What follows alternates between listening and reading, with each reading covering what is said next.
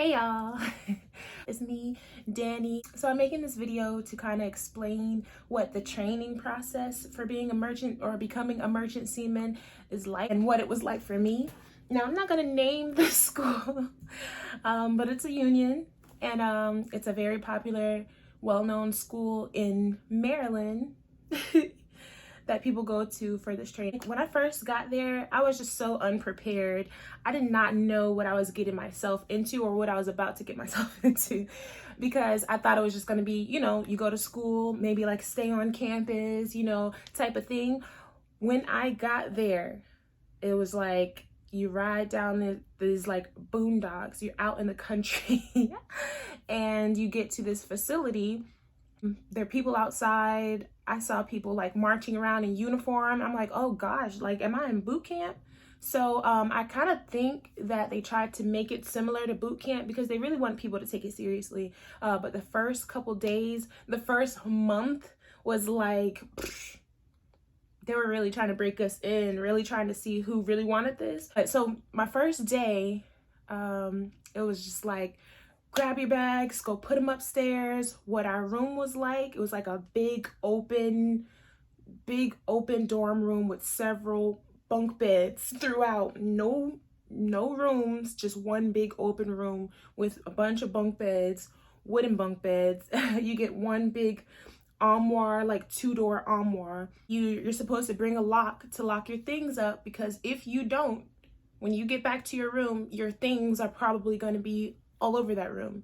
If you don't make your bed in the morning, your bed might be on the floor, upside down, off your bunk by the time you get back from class. The first month we got there, we were not allowed to take the elevators, only the stairs. And the girls were on the 3rd floor.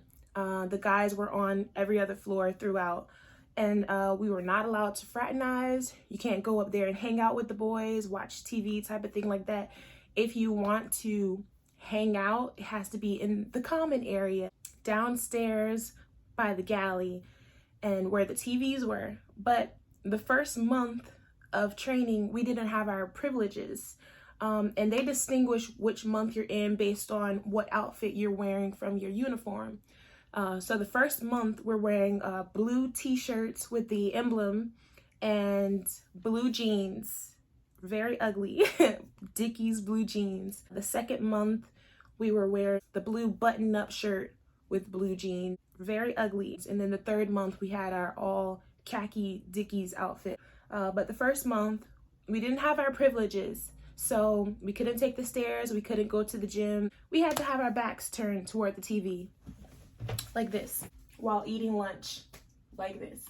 Guys were made to cut their hair that first month, that first day, second day, first or second day, had to cut their hair. Some people, for religious reasons, had an exemption, but that's very rare. Whoever was given the haircuts in the back must not have had a very sturdy hand, because it was like, when they came outside, I was just... So anyway, do formation in the mornings, where we salute the flag.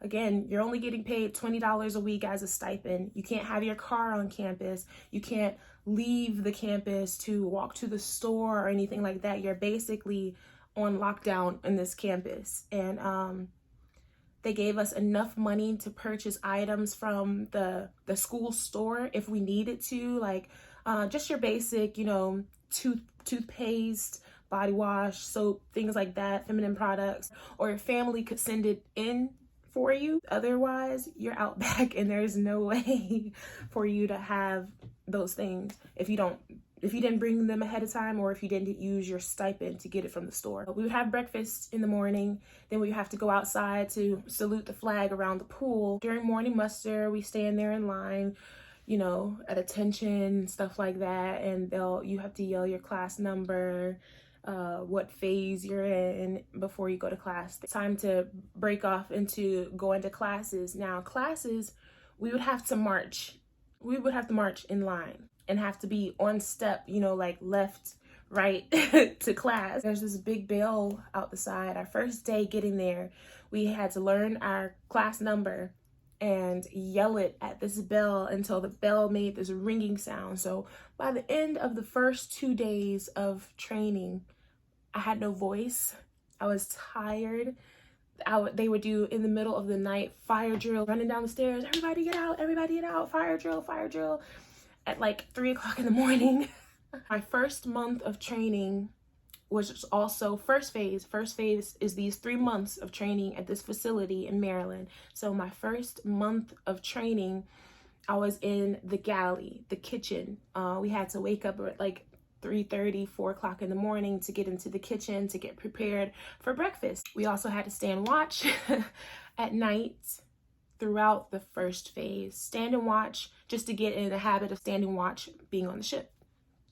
Now, being in this training facility is not very much like being on the ship at all, because it's not like boot camp. It's not the military. There are some things that are helpful to you if you're not used to waking up on time. You're gonna get up on time because you don't want to get kicked out. You don't want to get, demerits or whatever. You're gonna get up on time, stand watch for 2 hours at a time. So sometimes I might have to get up and do the watch from 2 a.m. to 4 a.m. And then at 4 a.m. I'm supposed to report to the galley. So now I've been up since 2 o'clock in the morning, and the galley, we work breakfast, lunch, dinner, and the after dinner snack. So we're in there until we're finished, and that whole place is clean. Chief cooks come in to inspect everything to make sure everything is put away clean, up to standards before we could go back to our rooms. Now, unlike boot camp, we are allowed to have our phones. We just can't have them out while we're working or in class. So it has to be in your locked up locker until basically you're finished for the day. By the time I got to the second month, it was a little bit easier. I felt like I had a little rank. Cooler than the new month of people that are coming in. The way they run the school is they'll pick one person to be in charge. They call him the chief bosun of the school. Under the commandant, of course. The commandant actually works for the school, the facility. The chief bosun kind of just regulates the rules, I guess, implements the rules, things like that. It's really stupid. Then you have people like the president, different titles that are on the ship. They kind of try to mimic that for training. They have one for the girls' floor as well, just a woman as a bosun for the women's floor, just to kind of keep everything together. All right, guys, we got to muster at this time. Everybody ready? We have to show up together. If somebody's missing, we're in trouble. They're in trouble. The second month did start to get easier.